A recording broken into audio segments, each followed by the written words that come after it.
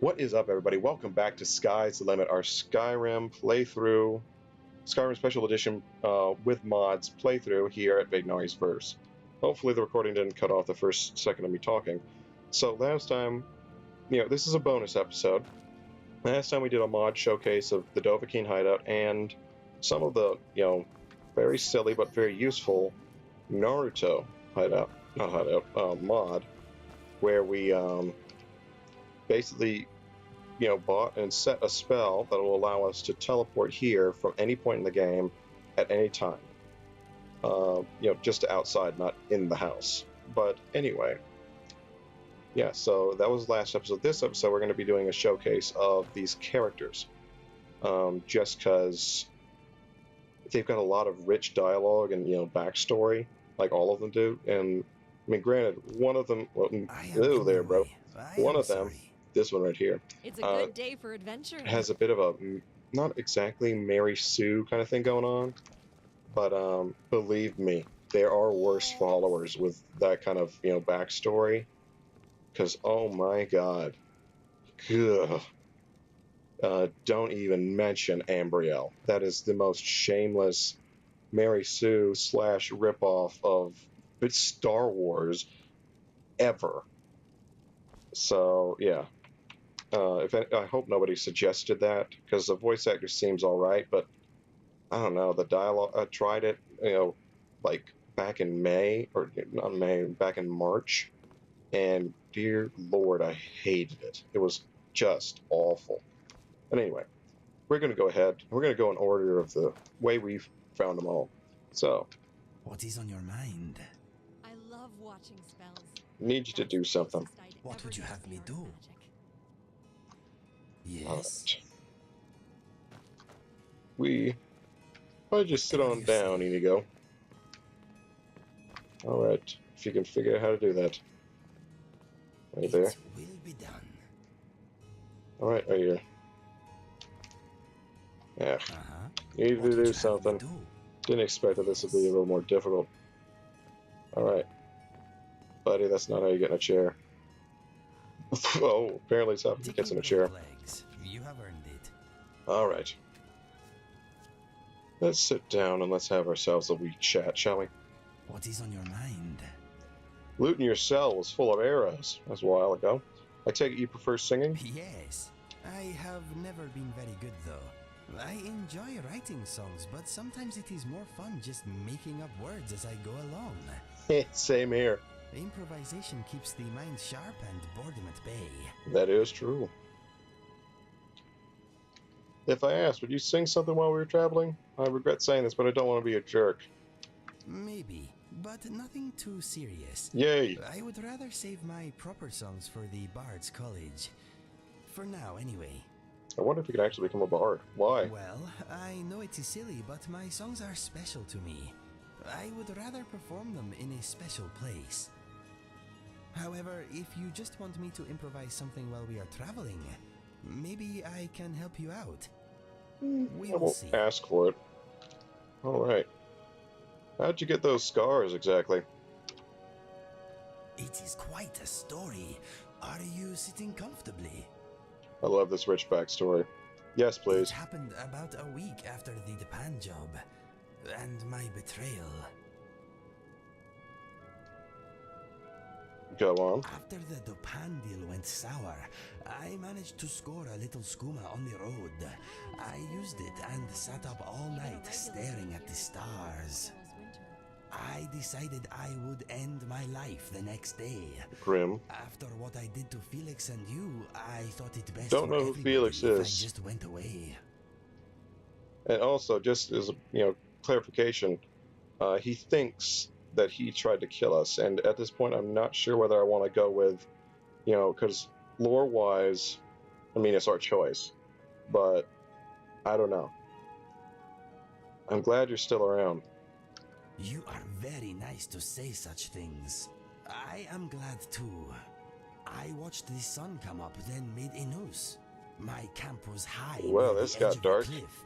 I fastened the noose to an overhanging tree branch. I used the last of my skooma, placed the rope around my neck, and jumped off. I don't think I'd be brave enough to do that. It was not bravery, my friend. If anything, it was cowardice. At the time, though, it felt like the least painful option for everybody. I was wrong. I remember falling. Remember the this. twanging noise as the rope went taut. A brief moment of pain. A snapping noise. I thought it was my neck. Then I was falling again. The cliffs rushed past me. I thought, well, the rope didn't work, but the ground will do the trick. A wide ledge hurried up to meet me. I closed my eyes just before the impact. There was a smashing noise. Then I was underwater. Just saying, guys. Just saying. As someone who's been there, I've never, really attempted anything. I got close once, was not able to follow through. You're not, number one, you're not alone. Number two, I'll be there for you as much as I possibly can. Can you please shut up, Livia? Enough. At least he remembers his honor. It had to be about honor. But in all seriousness, it is not the least painful option for anybody. You have no idea how many people you'll hurt if you ever chose to go through with it, or what you'll miss out on, because there's always tomorrow, and things could always get better. I would be happy if you guys really wanted to share that in a video or whatever format you prefer, but it can get better, and it will get better, but it won't get better if you decide to make that terrible choice. And I say terrible as in its impact is horrifying once it's done. And it's a permanent solution to what could very well be a temporary problem, and what in all likelihood should be. What is on your mind? Sorry, gotta. It is quite a story. It happened about a Just week wanted to say after that. the pan. Go on. I decided I would end my. Glad you're still around. I watched this. I'm glad you're still around too. Placed the rope around my neck and jumped off. I mean that to you, viewer. It was. I remember. Then I was. A wide ledge hurried up to meet me. I closed my eyes just before the impact. There was a smashing noise. Then I was underwater. It's a good thing you're so sturdy. That had better not have been a fat joke. Me No. and my trim physique had punched a hole. I didn't mean for it to be like that. Into a cave. I meant sturdy as a tough dude. I thought, well, the ground didn't kill me, but drowning should end my sorry life. The gods had other plans, though. Good lord. A current dragged me to the surface, coughing and spluttering. That's when I heard them. What did you hear? I heard clucking. I was in a river being What? swept through a large cavern. It was dark, but I could make out many cages on the bank. Chickens strutted about outside the cages. I could smell magic. I gathered my strength and hauled myself out of the water.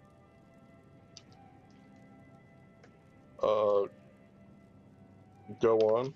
Inside the cages, people were bound and gagged. Ignoring the chickens, I rushed over and tried to open the first cage I came to. It was locked tight. Suddenly, I felt a pain in my foot. A chicken was pecking at me. I kicked it away, but it came back with reinforcements. What? You were not. I think the skooma was messing with your mind. Listen, my friend, I know how it sounds, but it was not the skooma. Trust me. I was in a flapping, pecking nightmare. I tried to get back in the water, but before I had gone a few steps, I was knocked unconscious. What, even by a chicken? No, a chicken pecks. It does not try to sneak up behind you and knock you out. I awoke tied to a chair. There was a foul-smelling man studying me. I could hear the river nearby, but now I was in a crypt of some sort. Chickens and rabbits watched me from behind the smelly man. He said he was going to make me useful. Ew. I did not like the sound of that. Me neither. I would have ripped off his head. Have you been paying attention? I was bound to a chair. I still would have done it. I wasn't going to be ripping anybody's head off until I got free. I unsheathed my claws and went to work on the ropes that held me to the chair. The man seemed to have a bit to say, so I let him talk. He said he was a powerful wizard and that he had learned how to transform people into animals. Once transformed, he said I would want nothing but to aid him. He said he had a spy network of chickens and rabbits all over Skyrim. That sounds like a tinfoil theory. But it's also would be very funny if it were true. That explains a lot. Yes, that is what I thought. I asked why only chickens and rabbits. He replied that once I was a chicken, no one would ever take notice of me again. A bear or a mammoth would be too conspicuous. Smaller animals make the best spies. I don't think a mammoth could sneak into I told town. him if he turned me into a chicken, I'd peck his eyes out. He told me that the change was not only physical. I would want to do his bidding, nothing else. Seems broken. What was he hoping to achieve? He said he was using the information his spy network gathered to cause hate across the land. This is so He weird. fed on hate. It made him stronger. How'd you get away? I had spied a wooden door in one wall that smelt rotten. As soon as I felt the rope around me give a little, I jumped at the door. It burst open as I hit it, and the chair broke apart. I was free. The wizard screamed in anger and loosed a spell in my direction. I dodged his attack and ran down a long stone tunnel. I heard the smelly wizard begin Smelly. to laugh. Like that word. There is only death that way, he yelled. Good, I replied. I've been seeking that all day. You were in a Draugr crypt, weren't you? Yes. The smell of bones and dust filled my nose. And that's why he Wizard hates did Draugr not crypts. follow me. I ran for what seemed like forever. Eventually, I came to a vast chamber with a spindly spiral staircase leading up in the center. The floor was littered with dried out bodies. They had been dead for hundreds of years, but as it turned out, they were still quite feisty. As I made for the staircase, the dead started to groan and move. I jumped over them and began to climb the steps. If you were seeking death, why not let them kill you? I know that's a... yeah. If you were seeking death, why not let them kill you? My father told me that anyone who dies in such a crypt may come back as a walking husk themselves. Not true death, something far worse. There were too many Draugr to fight, so I concentrated on climbing. Halfway up, I spotted an opening in the ceiling. The air was fresher up there. That is when I uncharacteristically tripped. I tumbled back down the stairs. Soon the dead reached me. They clawed at me. They held me down. Dry, cracked fingers tore my face to ribbons, giving me these scars. I almost gave up. Then something amazing happened. What happened? I realized I wanted to live. I realized that my life was still worth something. I realized that I could be the person my brother knew again. This realization gave me a strength I never knew I had. I fought back, shouting, "No!" again and again. No, you will not have my life. No, this is not where I die. No. I struggled to my feet, fighting all the while. I snapped necks, I broke arms, I gouged out eyes. Somehow, I made it back to the staircase. Wow. Yes, it was pretty amazing. If I had not spent all that morning almost dying, I wonder if I'd be here talking to you now. Anyway, I reached the top of the stairs, forced open the hatch above, and stepped out into daylight. I was only a few hundred feet from my camp. I stared at the tree with the snapped rope hanging from it for a long time. I knew I owed much, and swore that I would repay any debt I could.